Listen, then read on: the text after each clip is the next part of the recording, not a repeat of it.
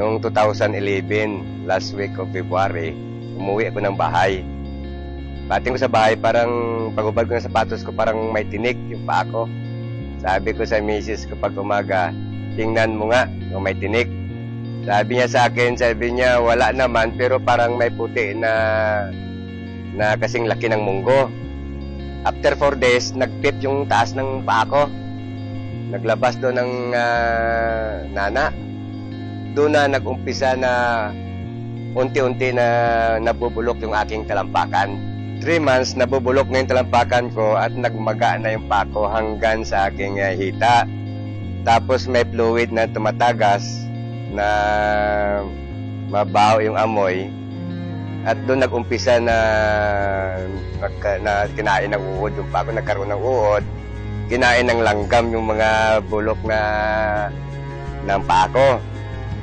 Ngayon, mga 6 na buwan ako naghiga, ko Diyos ko, kung kunin mo na ako, sabi ko, nakahandaan ako, huwag mo naman akong perapan. Dahil yung mga malalakas na pinreliver na tik ko, almost 30 minutes lang, yan na naman, 24 hours na nagkikirot yung paa ko. Ngayon, pag umaga, sabi ko, tanggalin mo lahat ng iniinom ko na mga gamot. At nakahandaan ako. Mga first week ng July, pumunta sa akin yung aking member na distributor ng Imglobal, Mrs. Manoxol, nagpapirma ng papeles. Dahil pati mata ko nung kaikling panahon, nag-blackout na rin. Hindi na ako kita. Ngayon sabi niya sa akin, Pres, bakit hindi ka mag-try ng produkto na Imglobal? Sabi niya yung C24/7. Sabi ko sa kanya, ano ba yan? Sabi niya, food supplement. Pag umaga, sabi ng misis ko, niya alis muna ako. Pagbalik niya, may dala siyang isang karton na 24/7. So sabi ko, ano ba klase mag-inom nito?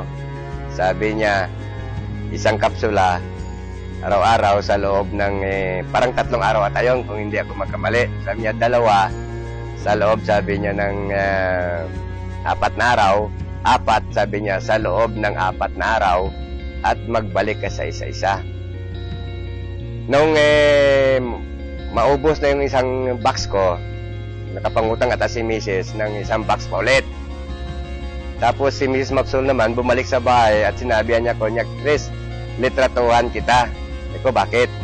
Sabi niya, ilalapit kita sa niya kay Ma'am Sheila Sanoan, baka matulungan ka. So hindi ko na in-speak na tulungan ako dahil di ko naman kilala. Ikalawa, hindi naman ko membro ng Imglobal.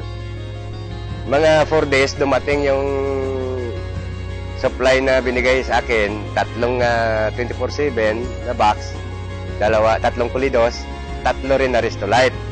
So ininom ko yon every 4 hours, isa. Ganun ang routine sa loob ng mga 2 months. After 2 months, sabi ng misis ko sa akin na parang natutuyo, sabi niya, yung sugat mo sa palibot. Hindi rin ako nakumik dahil hindi ko naman makita. Tapos yung aking paningin, mga 1 pa, medyo nakikita ko na yung tao. Ngayon, sa loob ng 2 buwan, sabi niya sa akin, gumagaling, sabi niya, nagkaroon ng laman na, sabi niya, yung paa, at nakakita na ko. Ngayon, ang sabi ko naman sa kanya, dahilan sa ipit din kami, at mabuti naman si Ma'am Sheila, sige, suporta sa akin ng C24/7 na yan, bago yung product ng Global. Hanggang sa naghilom yung mga sugat ko, natanggal yung mga maga, nawala yung masamang amoy, at nakakabangon ako, nakakaupo na ako. Kasi yung sabi ko, yung unang tayo ko, na nakalakad na ko, una kong pumunta doon sa opisina ni Ma'am Sheila Sanoan para mag-testimony ng, para maipakita sa kanya na ito ang product ng tulong mo sa akin. Ako'y gumaling na. Pasalamat ako sa produkto na Imglobal dahil number 1 factor yun na ako'y nagaling. Ikalawa, doon sa kay Mrs. Manoxol, siya nag-introduce sa akin ng product na yan.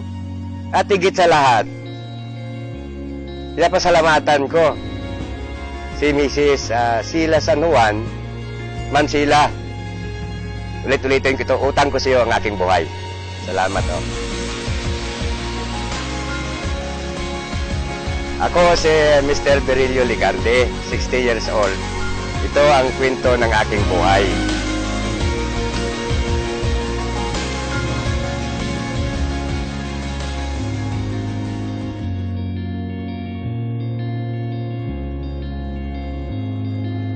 Ako po si Joylyn na Inciso. Anak ko po si Ivan.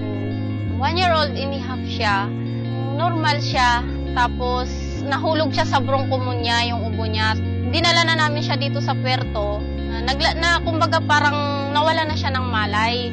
Tapos dinala namin siya sa provincial. Tapos pagdala namin doon, mayroon daw siyang tubig sa baga. Tapos nagkaroon siya ng acute na infection sa dugo. Tapos nung nagaling din kasi kumbaga private doctor din kami. Tapos yung 1 month kami doon sa provincial. Tapos paglabas niya, nagtataka lang ako bakit yung anak ko, bakit hindi na siya makabangon, hindi na siya makapagsalita na mama, bakit ganun? Bakit hindi siya makapagsalita na? Ang ginawa ko, naghanap ako ng therapy hanggang nakilala ko si Dr. Socrates. Nag-board kami sa Baltan para maano siya ng therapy niya. Nung na-therapy na siya, amat-amat, natigilan na rin yun kasi lumipat na kami sa siksikan, medyo malayo na, minsan may pumasay, minsan wala. Talagang nagpursige ako na matuto sa therapy nila. Natuto na ako na nagtsatsaga na mag-therapy sa kanya. Tapos dinala namin din siya sa albularyo, dinala rin namin siya sa para lang na mahilot siya. 3 years old siya, pinaaral ko na siya para matuto siya at mahalubilo sa mga bata. Pero hindi pa siya talaga as in katulad ng kailangan talaga buhatin, kailangan niyang alalayan talaga, hindi siya na yung pusa pa dati. Grade 1 hanggang grade 2, bumabalik-balik pa rin kami sa hospital kasi nga yung sakit niya hindi pa rin talaga mawawala, yung bronchopneumonia, anemia, at saka yung nagkakaroon siya ng tubig sa baga o di kaya acute na infection sa dugo. Hindi yan nawawala sa kanya. Grade 3 na siya, pasukan, mayroon akong na-meet na yun na si Ate Lynn na Soriano. Naawa siguro siya dahil buhat-buhat ko si Ivan.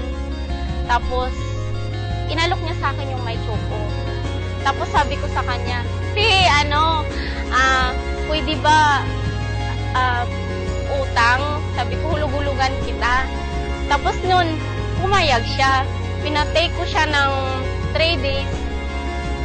Nagtataka ako, sabi ko, bakit? Nagkakwentuhan kami na Ate Lynn sa may upuan. Tinawag niya ako, sabi niya.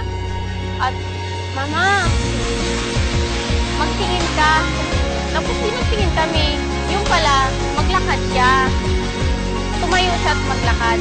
Tapos pagdating naman sa bahay, hindi na siya mapakali. Gusto niya yung magtayo, maglakad talaga. Siyempre, maliit na yung bahay namin, walang space. Lagi ko siyang kinakusap naman. Tutuloy mo na yung sarili mo. At huwag kang magpadalo-dalo baka mamaya mapaano ka.